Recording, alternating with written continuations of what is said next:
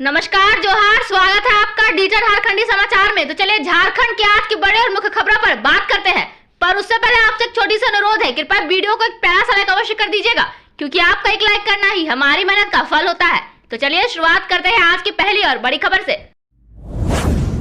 18 लाख मैया को कब मिलेगी सम्मान राशि? विधानसभा में मंत्री ने दिया जवाब, देरी का बताया कारण। अनुसूचित जनजाति, अनुसूचित जाति, पिछड़ा और अल्पसंख्यक वर्ग के बजट पर लाए कटौती प्रस्ताव पर कल्याण मंत्री चमरा लिंडा ने स्वीकारा है कि मैया सम्मान योजना के तहत 18 लाख लाभुकों को सम्मान राशि नहीं मिली है। इसका कारण उनके बैंक खाते का आधार लिंक नहीं होना है।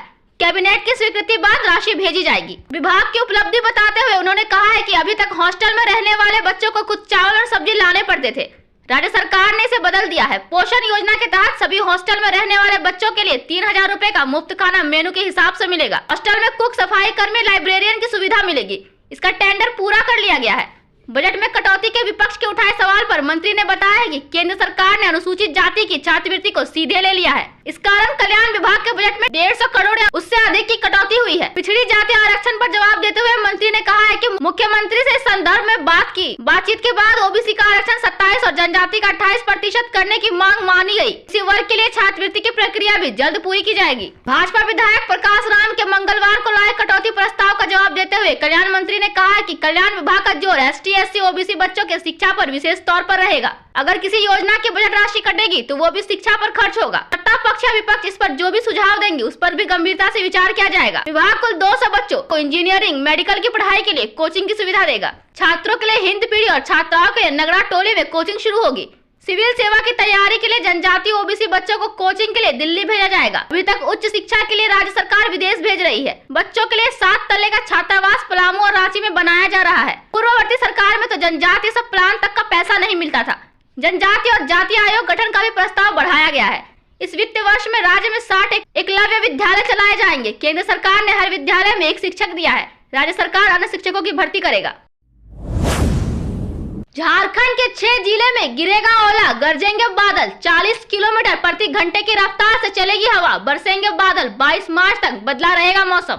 हीट वेव की मार झेल रहे झारखंड के लोगों के लिए अच्छी खबर है।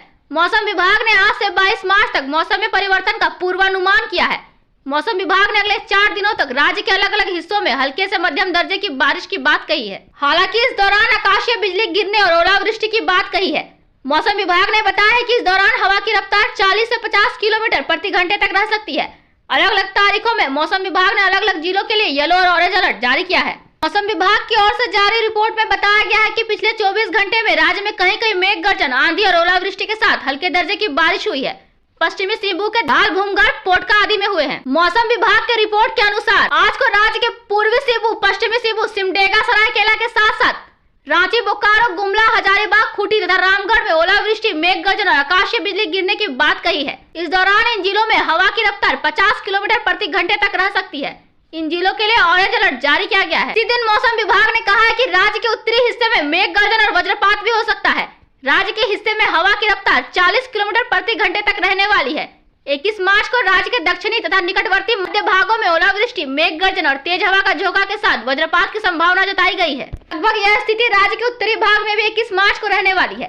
मौसम के बदले इस मिजाज के दायरे में पूर्वी सिंहभूम, पश्चिमी सिंहभूम, सिमडेगा, सरायकेला खरसावा, रांची, बोकारो, गुमला, हजारीबाग, खूंटी और रामगढ़ जैसे जिले आएंगे। इन जिलों में ऑरेंज अलर्ट जारी किया गया है। मौसम केंद्र रांची की रिपोर्ट के मुताबिक 22 मार्च के लिए भी मौसम विभाग ने येलो अलर्ट जारी किया है। इस दिन भी मेघ गर्जन और तेज हवाओं का झोंका चलेगा। हवा की रफ्तार 40 किलोमीटर प्रति घंटे तक रहेगी। वज्रपात की भी संभावना है। हालांकि मौसम विभाग ने राज्य के जिलों का जिक्र नहीं किया है। इस दौरान हल्के से मध्यम दर्जे की भी बारिश हो सकती है। इसके बाद 23 मार्च से मौसम साफ रहने की संभावना जताई गई है। इस दौरान संथाल और कोयलांचल के जिलों में हल्की बारिश हो सकती है। पूर्व भाजपा विधायक का विवादित बयान, स्वास्थ्य मंत्री डॉक्टर इरफान अंसारी को बताया बांग्लादेशी रोहिंग्या। भारतीय जनता पार्टी के पूर्व विधायक रणधीर सिंह ने झारखंड के स्वास्थ्य मंत्री को बांग्लादेशी रोहिंग्या करार दिया है। विधानसभा परिसर में पूर्व विधायक ने कहा है कि NRC लागू होते ही डॉक्टर इरफान अंसारी को वापस बांग्लादेश भेज दिया जाएगा। उन्होंने आरोप लगाया कि स्वास्थ्य मंत्री इरफान अंसारी ने बांग्लादेश में अकुत संपत्ति अर्जित की है, जिसका खुलासा समय आने पर होगा। डॉक्टर इरफान अंसारी के पिता खुद कहते हैं कि उनके पूर्वज यादव थे, यानी ये लोग धर्मांतरित मुसलमान है और मेरा आरोप है कि ये बांग्लादेशी है। रणधीर सिंह ने आरोप लगाया कि सरकार में स्वास्थ्य मंत्री बांग्लादेशी है। उन्होंने कहा कि जब भी कोई हिंदू त्योहार आता है तो एक खास समुदाय के लोग कानून व्यवस्था क्यों बिगाड़ते हैं। उन्होंने कहा कि कोई भी हिंदू दूसरों के त्योहारों में कोई व्यवधान नहीं डालता, फिर हमारे साथ ऐसा क्यों होता है। पूर्व कृषि मंत्री रणधीर सिंह ने कहा कि स्वास्थ्य मंत्री अपना चेहरा चमकाने की कोशिश कर रहे हैं। कर्मचारियों और सेवानिवृत्त कर्मचारियों के स्वास्थ्य बीमा के नाम पर पैसे वसूले जाएंगे, लेकिन बीमा कंपनियों की सूची से बड़े और प्रतिष्ठित अस्पतालों के नाम गायब है। यह सब बीमा कंपनी को लाभ पहुंचाने के लिए किया गया है। पूर्व विधायक रणधीर सिंह ने कहा कि राज्य की आर्थिक स्थिति खराब है, इसलिए आरबीआई से कर्ज ले रही है। उन्होंने कहा कि मैया सम्मान योजना की 57 लाख महिला लाभार्थियों का वोट लेकर सरकार बनाने के बाद 20 लाख महिलाओं के नाम काट दिए गए। यह धोखाधड़ी है। दो अलग अलग घटनाओं में एटीएम से करीब 16 लाख की चोरी, चोरों को पकड़ने में जुटी पुलिस। कोडरमा जिले में चोरों के हौसले इतने बुलंद हैं कि वे एक साथ चोरी की दो अलग अलग घटनाओं को अंजाम दे रहे हैं।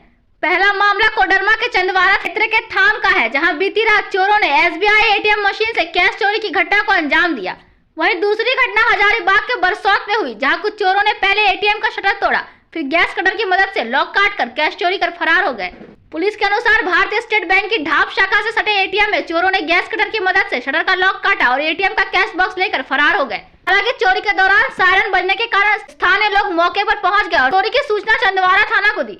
घटना की सूचना मिलते ही चंदवारा थाना प्रभारी धनेश्वर कुमार दल बल के साथ मौके पर पहुंचे। घटना की जानकारी देते हुए चंदवारा थाना प्रभारी धनेश्वर कुमार ने बताया कि देर रात सूचना मिलने के बाद हम लोग मौके पर पहुंचे। उन्होंने आला अधिकारियों को इस बारे में जानकारी देते हुए बताया कि तकनीकी टीम की मदद से जांच की जा रही है। उन्होंने आगे बताया कि आसपास लगे सीसीटीवी कैमरों को खंगाला जा रहा है और जल्द ही मामले का खुलासा कर लिया जाएगा। मिली जानकारी के अनुसार बैंक ने मंगलवार को ही उक्त एटीएम मशीन में कैश डाला था। अब चुटकियों में डाउनलोड करें राशन कार्ड, यह है आसान प्रोसेस। झारखंड सरकार की अधिकतर योजनाओं का लाभ लेने के लिए आधार कार्ड, बैंक अकाउंट और राशन कार्ड जरूरी दस्तावेज है।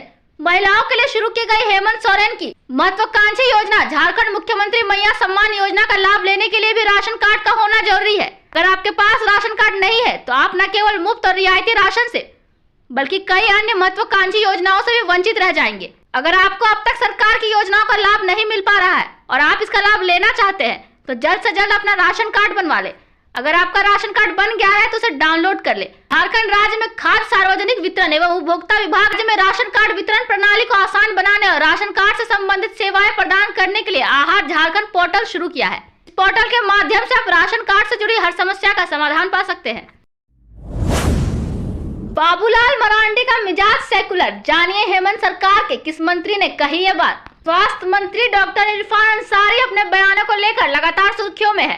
ताजा मामला बुधवार को झारखंड विधानसभा के बजट सत्र की कार्रवाई से पहले का है, जब उन्होंने नेता प्रतिपक्ष और पूर्व मुख्यमंत्री बाबूलाल मरांडी के मिजाज को सेकुलर बताते हुए कहा कि वे इन दिनों भाजपा की स्क्रिप्ट पढ़कर बोल रहे हैं। स्वास्थ्य मंत्री डॉक्टर इरफान अंसारी ने कहा कि राज्य की जनता ने चुनाव में विपक्ष को नकार दिया है। ऐसे में बाबूलाल मरांडी को समझ में नहीं आता कि कब क्या बोल दे। डॉक्टर इरफान अंसारी ने कहा कि राज्य के मुसलमानों को बदनाम किया जा रहा है। झारखंड में जो भी सौहार्द बिगाड़ने का काम करेगा उससे सख्ती से निपटा जाएगा। झारखंड सरकार द्वारा आरबीआई से कर्ज लेने की प्रक्रिया शुरू करने के सवाल पर डॉक्टर इरफान अंसारी ने कहा है कि उनकी सरकार कर्ज मांगने को मजबूर है, क्योंकि केंद्र सरकार हमें हमारे 136,000 करोड़ रुपए नहीं दे रही है। स्वास्थ्य मंत्री डॉक्टर इरफान अंसारी ने सुनीता विलियम्स के अंतरिक्ष से सकुशल लौटने पर खुशी जाहिर की और उन्हें बधाई दी तथा कहा कि वे सुनीता विलियम्स को झारखंड बुलाकर सम्मानित करने का प्रयास करेंगे।